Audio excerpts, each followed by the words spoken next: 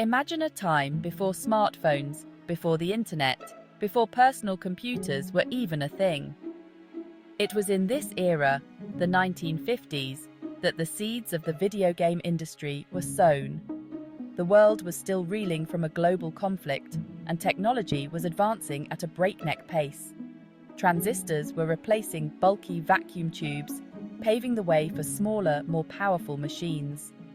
It was in this environment of technological innovation that the very first video game, or at least something resembling what we consider a video game today, came into existence. This wasn't a product of a major corporation or a team of seasoned engineers. It was the brainchild of a single individual, a man named William Higinbotham. In 1959, while working at the Brookhaven National Laboratory, Higinbotham created a simple game on an oscilloscope, a device used to display electronic signals. Higinbotham's game, dubbed Tennis for Two, was a far cry from the complex, immersive experiences we associate with video games today. There were no fancy graphics, no intricate storylines, no musical scores. Just two lines representing paddles, a dot representing a ball, and a simple set of rules governing their movement. Players used separate controllers to adjust the angle of their paddles and volley the ball back and forth. Despite its simplicity, Tennis for Two was revolutionary. It demonstrated the potential for interactive entertainment using electronic displays. It was a glimpse into a future where computers weren't just tools for calculation, but also gateways to virtual worlds. The game was a hit with visitors to the Brookhaven National Laboratory's public open house, with lines stretching out the door to get a chance to play. Little did they know, they were witnessing the birth of a global phenomenon. Tennis for Two wasn't just a technological curiosity. It was a glimpse into the future of entertainment. Higinbotham's creation, though rudimentary by today's standards, captured the essence of what would become the defining characteristic of video games: interactive entertainment. Players were no longer passive observers of a story unfolding on a screen. They were active participants, making decisions that directly influenced the outcome of the game. The game's simplicity was its strength. The rules were easy to understand, allowing anyone to pick up a controller and start playing.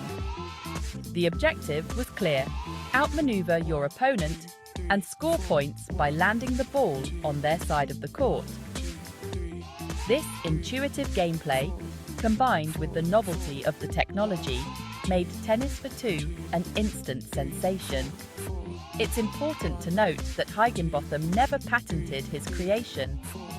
He saw Tennis for Two as a simple amusement, a way to engage visitors to the laboratory. He couldn't have possibly imagined the impact his creation would have on the world. In his mind, it was just a game, a fun distraction. Little did he know, he had opened a door to a new realm of entertainment, one that would captivate generations to come. Tennis for Two may have faded into relative obscurity, overshadowed by the commercial successes that followed, but its place in history is secure. It stands as a testament to the power of human ingenuity and the enduring appeal of interactive entertainment. It is a reminder that sometimes the simplest ideas can spark the most profound revolutions. As the 1960s dawned, the world was captivated by the space race. Humanity looked to the stars with a mixture of awe and trepidation, dreaming of exploring the cosmos. It was against this backdrop of cosmic fascination that a new video game emerged, one that would capture the imaginations of a generation and solidify the potential of this nascent form of entertainment. That game was— and it would become a legend in its own right. Developed in 1961 by a group of students and programmers at the Massachusetts Institute of Technology, Spacewar was light years ahead of its time, both literally and figuratively. It was one of the first games to feature computer-controlled opponents, allowing players to test their skills against artificial intelligence. The game was played on a PDP-1, a massive, room-sized computer that cost a small fortune at the time. Despite its limited accessibility, Spacewar quickly gained a cult following, spreading from MIT to other universities and research institutions across the country. The gameplay of Spacewar was deceptively simple, yet surprisingly engaging. 2 players, each controlling a spaceship, faced off against each other in a gravity-filled arena, their objective being to destroy the opponent's ship while avoiding the gravitational pull of a central star. The spaceships could fire torpedoes, rotate, and accelerate, adding a layer of strategic depth to the gameplay. Spacewar was more than just a game, it was a social phenomenon. It fostered a sense of community among the burgeoning computer science community, bringing together like-minded individuals who shared a passion for technology and gaming. Tournaments were held, rivalries were forged, and legends were born in the dimly lit computer labs, where Spacewar reigned supreme. The game's popularity demonstrated the growing appetite for interactive entertainment and hinted at the commercial potential that lay dormant within this nascent industry.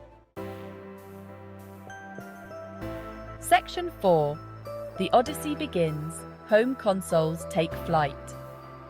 Ralph Baer, the father of video games, envisioned video games for everyone with a TV.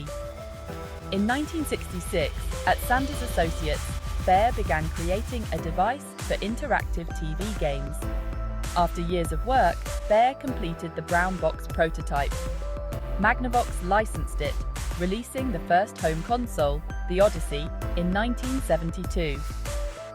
The Odyssey paved the way for the home console market, shaping gaming for decades. Section 5. Pong. The game that rallied a nation. The year 1972 marked a turning point in the history of video games. While Magnavox was busy introducing the world to the concept of home consoles with the Odyssey, a small startup company named Atari was about to unleash a phenomenon that would catapult video games into the mainstream and forever alter the course of popular culture. That game was Pong, and its impact on the world of entertainment cannot be overstated. Pong was the brainchild of Nolan Bushnell, a young engineer who had been captivated by Spacewar during his college years.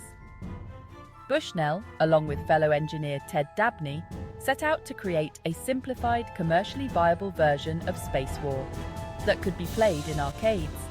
The result was Pong, a game so simple, so intuitive, that it transcended age, gender, and cultural barriers. The gameplay of Pong was deceptively simple.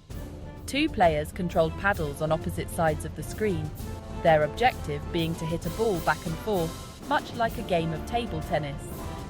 The first player to reach a predetermined number of points won the game.